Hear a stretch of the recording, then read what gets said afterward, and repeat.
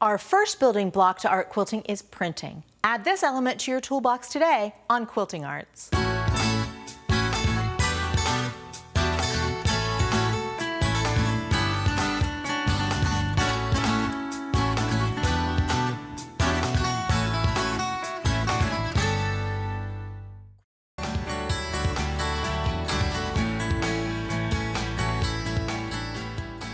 Hi, I'm Susan Brubaker-Knapp, and this season of Quilting Arts explores the building blocks of art quilting.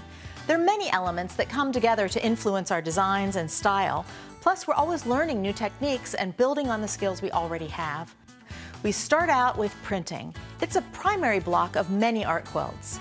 Up first, Lyric Kennard creates Winged Things, a technique featuring layers of screen printing. Then Susan Engler has a lesson on quilting digitally prepared fabrics. We finish up with Leslie Riley as she moves beyond the print with eco and wet cyan photo manipulation. Our designers are ready to lend a hand, so grab your tool belt as we explore the building blocks of art quilting.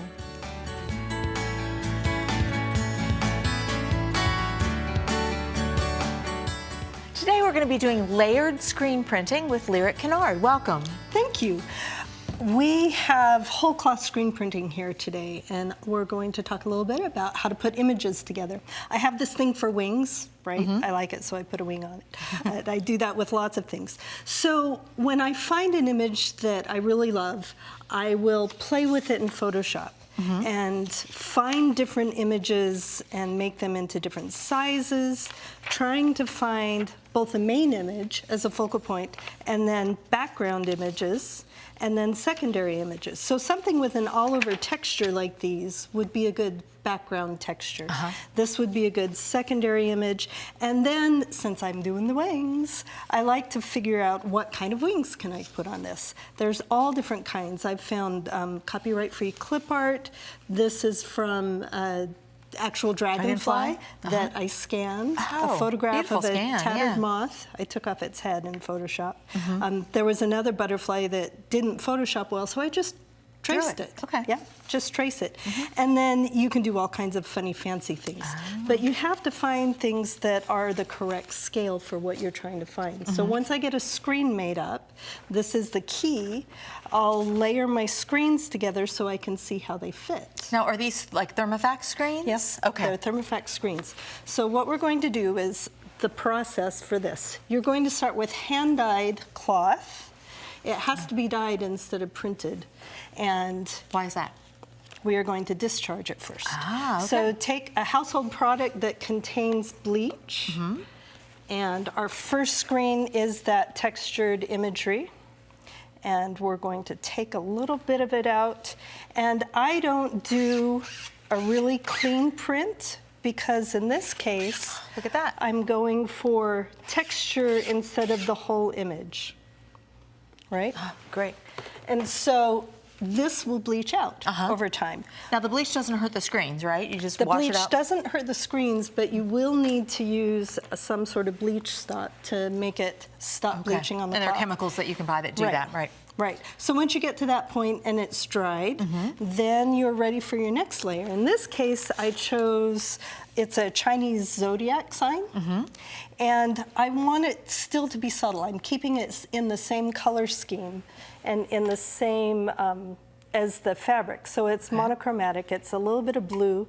And I'm mixing blue with Base Extender, which is transparent paint.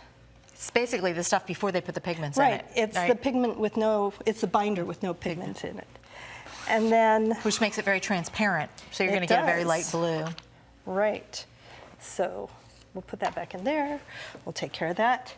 And then that's really dark now, but over time, it lightens up because as it dries, that transparent takes over. So once you've got it to that point, then you're going to do, on this piece, a secondary image. So I found a smaller key that needs wings. So I've got a big sister and a little sister. In this case, I'm going to use an opaque textile paint because I want those wings to really show up. So the opaque paint sits on top more than a transparent paint does. And it just shows up so that you can see it much better. Nice. So That will also dry. And when you do this, do you often work in big batches so that you're doing the same screen? Sometimes, yeah. If I'm working out a design, that's what I'll do. So the next thing we need is that little sister key. Now, I want it to be blue eventually, but a very light blue. But a very light blue with all this stuff behind it isn't going to show up. So again, I will do it in an opaque this time. Very easy little thing to do, and you can see it there, but what I'll do next is kind of the trick.